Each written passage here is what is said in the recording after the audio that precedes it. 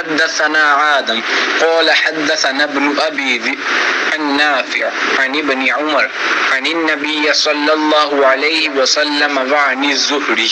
عن سالم عن ابن عمر عن النبي صلى الله عليه وسلم أن رجلا سأله ما يلبس المحرم فقال لا يلبس القميص ولا الإمامة ولا السراويل ولا البرنس ولا ثوبا مسه البرس أو الزعفران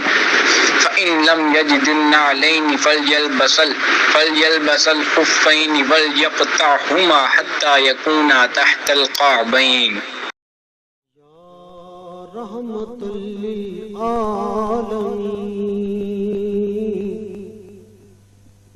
یا رحمت للعالمین الہام جامع ہے تیرا قرآن امامہ ہے تیرا. ایک شخص نے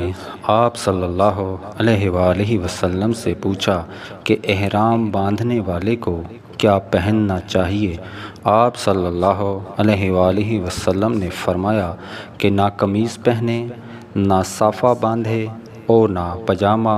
اور نہ کوئی سرپوش اوڑھے، اور نہ کوئی زعفران اور ورس سے رنگا ہوا کپڑا پہنے،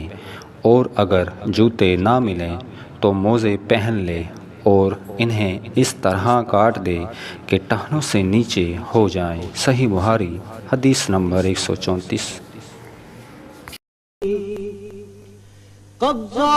تیری پرچھائی کا بینائی پر ادراک پر، قبضہ تیری پرچھائی کا بینائی پر ادراک